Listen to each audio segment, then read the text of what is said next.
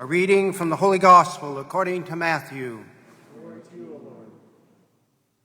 The Pharisees went off and plotted how they might entrap Jesus in speech. They sent their disciples to him with the Herodians, saying, "Teacher, we know that you are a truthful man, and that you teach the way of God in accordance with the truth.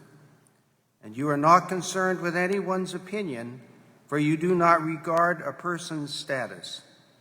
Tell us then, what is your opinion? Is it lawful to pay the census tax to Caesar or not?" Knowing their malice, Jesus said, "Why are you testing me, you hypocrites? Show me the coin that pays the census tax." And they handed him the Roman coin. He said to them, "Whose image is this and whose inscription?" They replied, "Caesar's." At that he said to them, "Then repay to Caesar what belongs to Caesar, and to God what belongs to God." The Gospel of the Lord.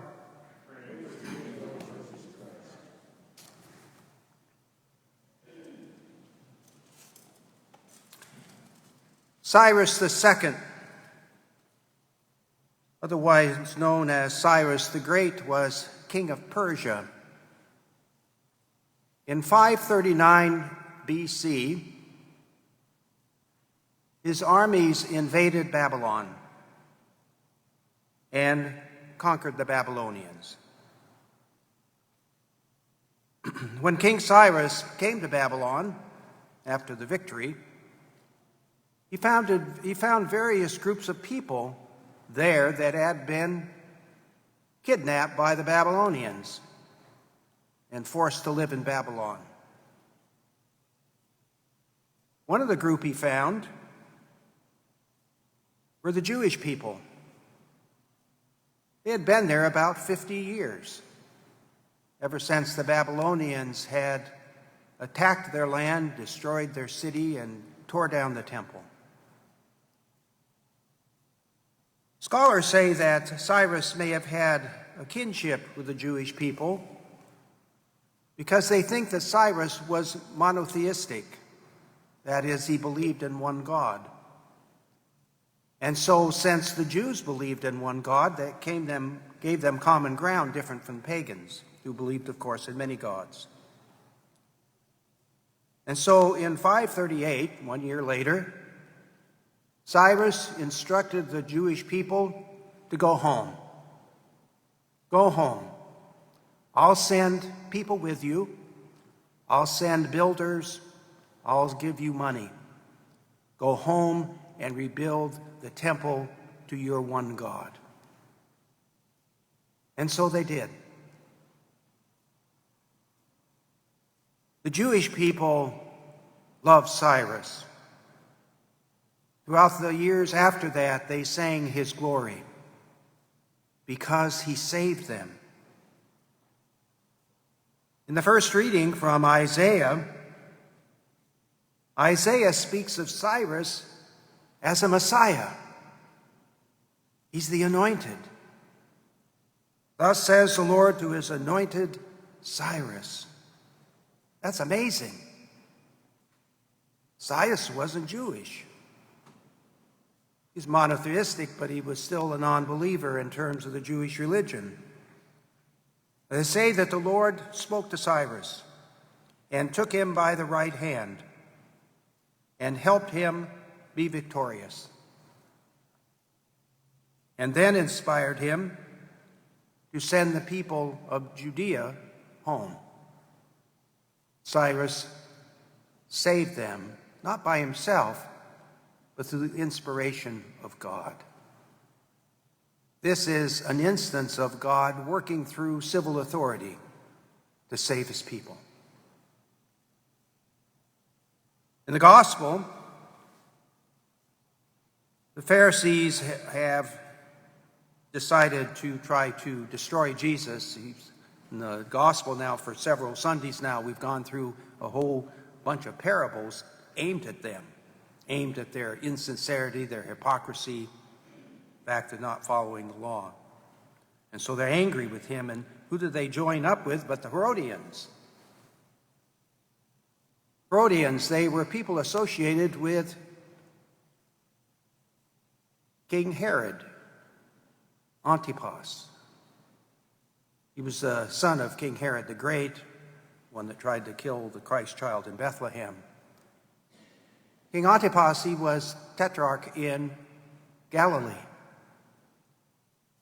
very much in league with the Romans, who had been very hostile to Jesus, trying to support his people. And so the Pharisees and the Herodians get together, and they confront Jesus. They think they're going to trick him. In my imagination, it doesn't say it, but I'm thinking that there's probably Roman soldiers standing nearby. That's why makes this tense. And so they ask Jesus, is it lawful to pay the tax to Caesar? Well, if Jesus says, no, don't pay the tax, soldiers are come and arrest him for sedition. But if he says, yes, pay the tax, that's going to offend a lot of the Jewish people because they hated the Romans, couldn't stand them, wanted them out of their country. The Caesar they're talking about is Tiberius, the son of Caesar Augustus. And so Jesus' comment back to them is, why are you testing me, you hypocrites? Why? Why are you testing me? Show me the coin that pays the census tax. Well, guess what? They have one. Jewish people typically wouldn't carry this horrible coin around with them. It had a picture of Caesar on it, graven image. Had a picture of Tiberius. On the coin, it said that he was the son of God, Augustus. The whole thing was an abomination. But Jesus says, well, give me one of those coins. And they do. They have one. This coin was hated so much that, you remember the money changers in the temple, they wouldn't even allow this coin on the property. If you wanted to come and pay a tithe to the temple, you had to change it with the money changers and get temple currency that had no image. And so they, of course, give him the Roman coin, and he says to them, whose image is this and whose inscription? Well, it's obviously Tiberius Caesar. They say Caesar's. So he says to them, then give to Tiberius what's his. Give it to him. Give to God what belongs to God.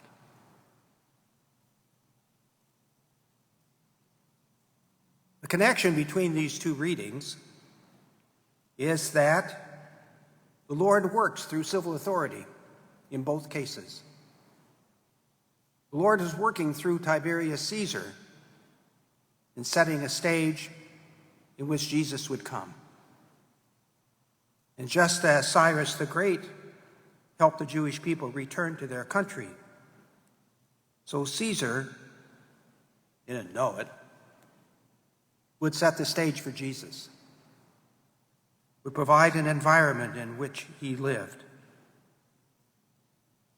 We too are called to support our civil authority. It's not an either-or situation, either for God or for the civil authority. They go together. God works through the civil authority to help his people. We are, of course, in the midst of voting. Ballots were mailed out on the 14th of October and sent to all the eligible voters in Oregon. And so we're all faced with a question of how to vote. There's no question about the voting because as Catholics we're called to vote. It's not right for us to sit this out. It's too important. Give to Caesar what belongs to Caesar. In fact, Pope Francis, soon after he was selected as the new pope, said that we need to participate for the common good. Sometimes we hear a good Catholic is not interested in politics. This is not true. Good Catholics immerse themselves in politics by offering the best of themselves so that the leader can govern, provides a leader through whom God can work. And so we're called to take that seriously. The church is not in a place to tell you how to vote, who to vote for. That would be wrong. It's up to you to decide. The role of the church is to teach. Teach you. And so as a voter, we are called to look at the issues. And in a prayerful way, think about the Scriptures. What do the Scriptures teach us as Catholics? What does Jesus teach us in the gospel?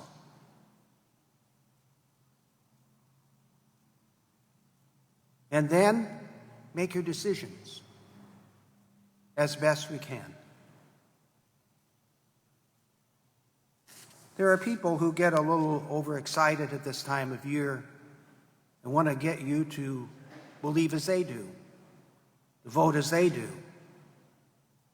But that's not the Catholic way. Because we believe in freedom of conscience. Each of us is a child of God. We have the right to make our decisions. No one is to control us. Not the Pope, not the bishop, not the priests, not the deacons, not the laity. It's up to us to make up our mind as best we can, and then as faithful Christians, vote. Cast that vote. In paragraph 1782 in the Catechism of the Catholic Church, it says, "Man has the right to act in conscience and in freedom so as to personally make moral decisions. He must not be forced to act contrary to his conscience, nor must he be prevented from acting according to his conscience, especially in religious matters. The human being must always obey the certain judgment of his conscience." And so during this voting period, it's important we look at all the issues. Catholics are never single-issue voters. We're called by the gospel to look at everything and make our decisions. Pope Francis encourages us to look at the whole range of moral issues in our society and make our best decision, not just focus in on one or two. Take it all into account as we determine what people we will vote for or what issues we will support. But we'll do it with kindness and civility. Things have gotten so tense in our culture that the U.S. Conference of Catholic Bishops has launched a campaign inviting us to be nice. That's amazing. The bishops are calling us to be a model of civility and love for neighbors throughout the year, not just during voting time. Be civil, be kind, be nice. Don't be angry with people. Point at them, call them names, put them down. Because they have as much right as each of us to believe what they believe. They have the right of freedom of conscience. They get to make their best choice. And as Catholics, we support that. It's embedded in our moral theology. And so as we progress through this election period, it's important that you pick up your ballot, fill it out, mail it in, or drop it off. And probably do it now, not wait. Don't let it sit on the counter, because we can become busy and forget. The day after the election, you don't want to find that ballot still sitting on your counter. Fill it out. Whatever you're going to vote for, go for it. Do it. And that's how we fulfill our responsibility as Catholic voters. To not just think about things or argue about things or to believe things, but to act, to do something about it.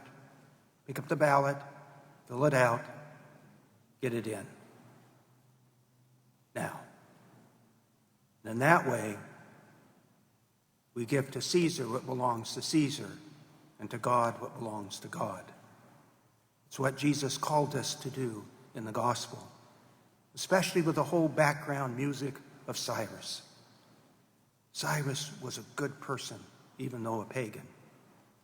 And the Jews recognized that.